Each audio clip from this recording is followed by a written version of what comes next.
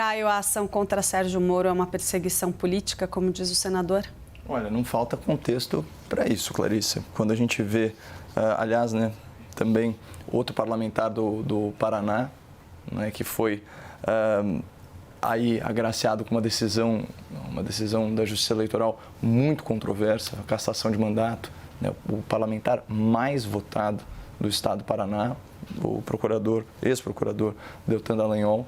Existe esse contexto. A gente teve aquela famigerada entrevista de Lula da Silva, se não me engano, algum desses órgãos militantes da imprensa, e em que ele diz aqui, está até repercutido pela CNN, né? Lula diz que pensava obviamente não vou reproduzir o linguajar do presidente da República, mas não pensava em ferrar com o Moro.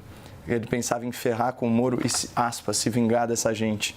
Então, vou citar aqui a citação completa. Aspas, de vez em quando ia um procurador para visitar, ver se estava tudo bem. E perguntavam, tá tudo bem? E eu respondia, não está tudo bem. Só vai estar bem quando eu ferrar com esse Moro. Eu estou aqui para me vingar dessa gente. Então, assim, esse é o espírito, né, do amor venceu, esse tipo de coisa, aplicado aí à praxis política. Então, por que isso é relevante? Porque você tem aí comentários de natureza vingativa, né, que não refletem aí a melhor política, muito menos uma atitude de tolerância, de respeito à divergência, vindo do presidente da República. O presidente da República que indica, né, tivemos aí indicações ao Supremo Tribunal Federal. O Supremo Tribunal Federal, que por sua vez ajuda na composição de tribunais de natureza eleitoral e por aí vai.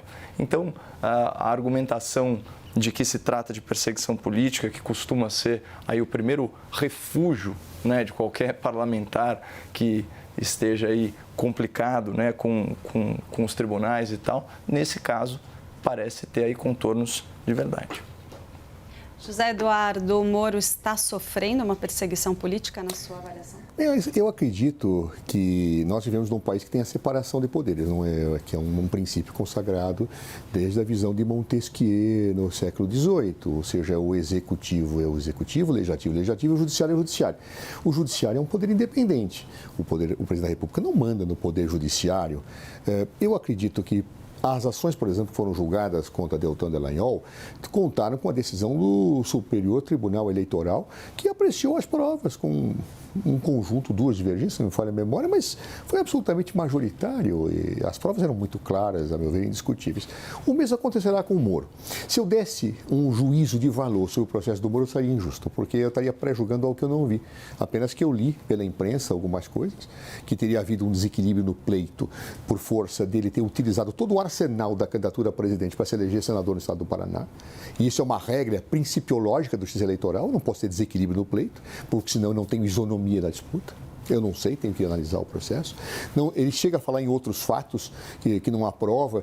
Temos que ver, eu não sei se há prova ou se não há prova de outras coisas. Me lembro que Sérgio Moro dizia que o foro domiciliar dele em São Paulo estava absolutamente indiscutível, que a prova era completa. E o Tribunal de São Paulo disse, não, a sua prova não está absolutamente mal feita, não tem o foro para ser candidato aqui em São Paulo. Ou seja, Sérgio Moro não é muito bom em avaliar provas, especialmente contra ele, não é?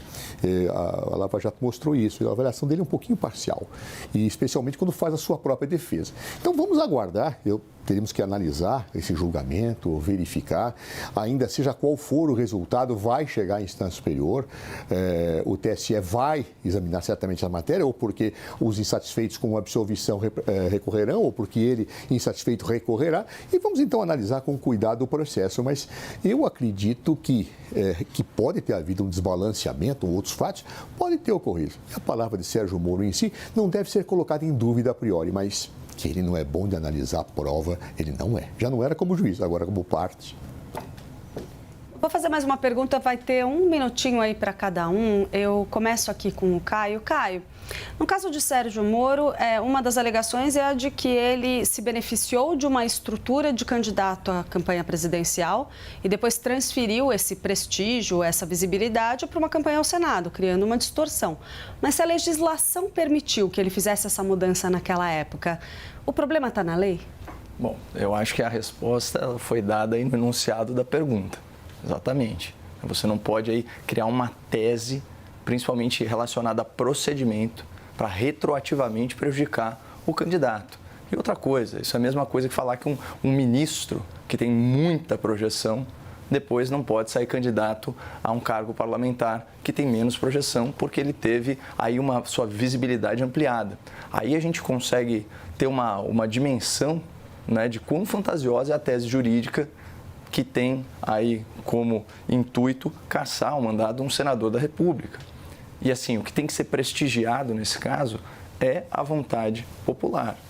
O que determinou a eleição do Senado no Paraná, e aqui é uma análise mais interessante, foram as pesquisas eleitorais, os erros nas pesquisas eleitorais que prejudicaram sobremaneira o candidato Paulo Eduardo Martins. Muito do voto em Sérgio Moro foi o que se chama aí de voto útil. Vamos lembrar que a eleição para o Senado era praticamente uma eleição majoritária, porque só tinha uma vaga.